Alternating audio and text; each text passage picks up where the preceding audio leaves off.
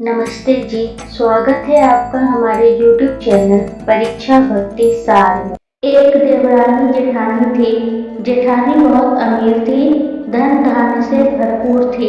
देवरानी अपनी जेठानी के घर का काम करने के लिए जाती थी। सकट व्रत पड़ा। देवरानी ने जेठानी से बोला, आज मुझे जल्दी जाना है, सकट की पूजा की तैयारी करनी है। जेठानी ने कहा, ठीक है, जल्दी काम निपटा के चली जाना। देवरानी ने जल्दी से जेठानी के घर का सारा काम निपटाकर अपने घर चली आई। उसके घर में ठीक से कुछ भी सामान नहीं था जिससे वो कुछ अच्छा सा व्यंजन बनाकर पूजा कर सके। देवरानी ने अपने बच्चों से बोला, जाओ खेत जाकर बथुआ और जो भी कुछ मिले तोड़ लाना। बच्चे खेतों में जाकर जो भी वहां पर मिला तोड़कर ले आए। देवरानी ने प्रेम से बथुए के लड्डू बनाए और जो कुछ भी उसके बालक खेतों से तोड़कर लाए थे वो खाने में बना लिया। शाम को सकट की पूजा की और भोग लगाकर रख दिया। सब लोग खा पीकर सो गए। रात में सकट महाराज आए और बोले, बड़ी भूख लगी है, कुछ खाने के लिए है?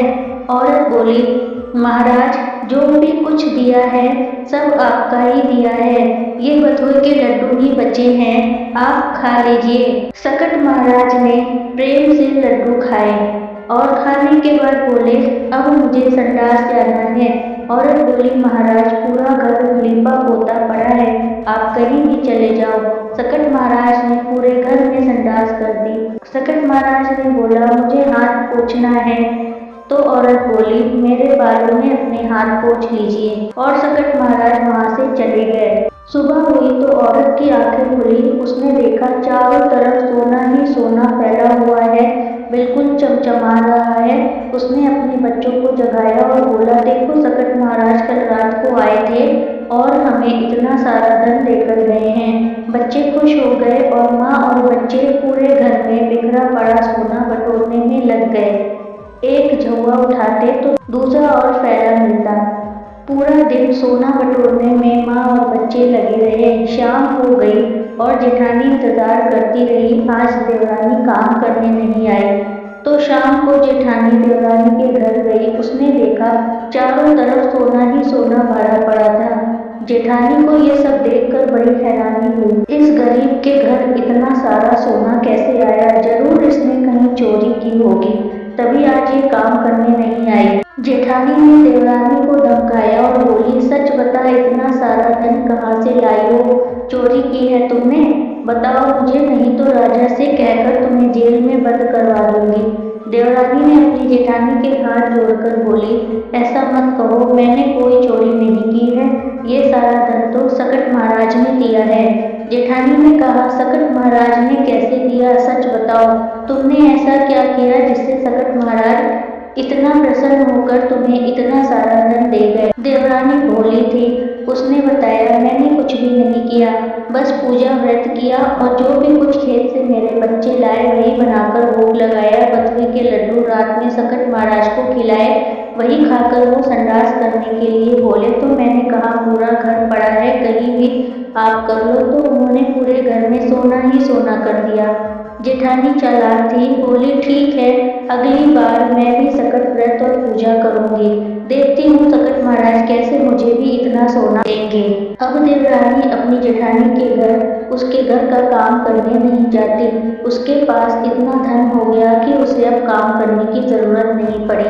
देवरानी और उसके बच्चे खुशी से रहने लगे। सकट व्रत पड़ने के कुछ दिन पहले जेठानी अपनी देवरानी के घर गई और बोली, आज से मैं तुम्हारे घर का सारा काम किया करूंगी, तुम अब आराम करो। देवरानी ने संकोच करते हुए कहा, मैं आपसे कैसे अपना काम करवा सकती हूँ? आप मुझसे बड़ी हैं और मुझे अपने घर के काम के लिए किसी की जरूरत नहीं है, मैं खुद ही सारा काम कर लेती हूँ। पर जेठानी नहीं मानी। उसने बोला, मैं काम करूंगी, बदले में तुम मुझे सोने की मोहर देती रहना। देवरानी मान गई। सकट व्रत के दिन जेठानी ने देवरानी से कहा, आज मैं काम नहीं करूंगी, सकट की पूजा की तैयारी करनी है, कहकर चली गई और अपने घर आकर पकवान बनाने में लग गई। और अपने बच्चों से कहा, जाओ खेत में जो भी कुछ मिले तुम्हें वह सब तोड़कर ले आना, सकट की पूजा करनी है। बच्चे बोले, माँ तुम तो हर बार पकवान बनाकर भोग लगाती हो, इस बार खेतों से लाकर क्यों बनाओगी। जेठानी ने बच्चों को चुप करा दिया और डांट डपट कर खेत भेज दिया, जाकर कुछ भी लेकर आओ। बच्चे बिना मन के उल्टा सीधा कुछ भी जो दिखा खेतों में तोड़कर ले आए। जेठानी ने सारा पकवान बनाकर अलग छुपा कर रख दिया और बच्चों से जो कुछ भी खेत से मंगवाया था वही बनाकर सकट जी को भोग लगाया और बथुए के लड्डू बनाकर रख दिए। सकट महाराज ने ये सारी चालाकी देखी तो जेठानी की परीक्षा लेने के लिए रात में उसके घर पहुंचे। जेठानी को नींद नहीं आ रही थी, वो सोने का बहाना किए सकट महाराज की प्रतीक्षा कर रही थी। सकट महाराज जेठानी के पास गए, बोले, बड़ी जोर से भूख लगी है, कुछ खाने को मिलेगा।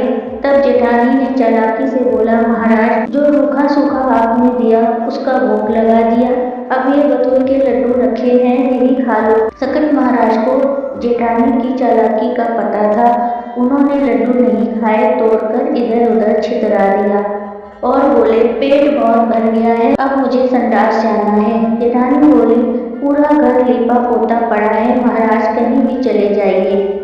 सकट महाराज पूरे घर में संडास कर आए। जेठानी को नींद नहीं आई पर रात तो काटनी ही थी। सुबह उठी तो देखा पूरे घर में बदबू फैली थी, चारों तरफ गंदगी और मक्खियां भिनभिना रही थी।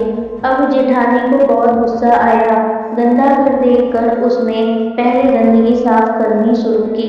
जितना वो साफ करती गंदगी कम ही नहीं हो रही थी। शाम हो गई और जेठानी शाम तक लगी रही, मैल साफ करती रही। अब देवरानी ने सोचा, शाम हो गई है, जेठानी अभी तक आई नहीं, चलकर देख कर आते हैं क्या कर रही होगी। देवरानी जब जेठानी के घर पहुंची तो देखा उसकी हालत खराब थी। मैला साफ करके वो बहुत थक गई थी और बैठी थी।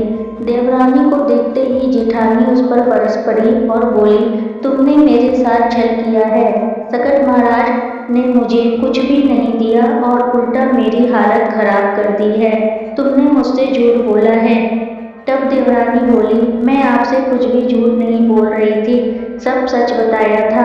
आपने जानबूझकर सब कुछ किया, आपने जानबूझकर सब कुछ होते हुए लालच में ऐसा किया। रूखा सूखा सकट महाराज को भोग लगाया, इसीलिए सकट महाराज ने आपके साथ ऐसा किया। मेरी तो पहले से ही हालत खराब थी, मेरे पास जो भी कुछ था रूखा सूखा मैंने वही सकट महाराज को भोग लगाया। मेरी गरीबी देखकर सकट महाराज ने मुझे इतना सब कुछ दे दिया और आप तो अमीर थी, सब कुछ होते हुए भी आपने ढोंग किया, इसी कारण सकट महाराज ने आपकी चालाकी का ऐसा जवाब दिया। जेठानी को अपनी भूल का एहसास हुआ और उसने अपनी देवरानी और सकट महाराज से माफी मांगी और उसके बाद उसने फिर से सकट का व्रत और पूजन श्रद्धा भक्ति से किया, बिना किसी छल कपट के। तो सकट महाराज ने उसकी खराब हालत को सुधार दिया।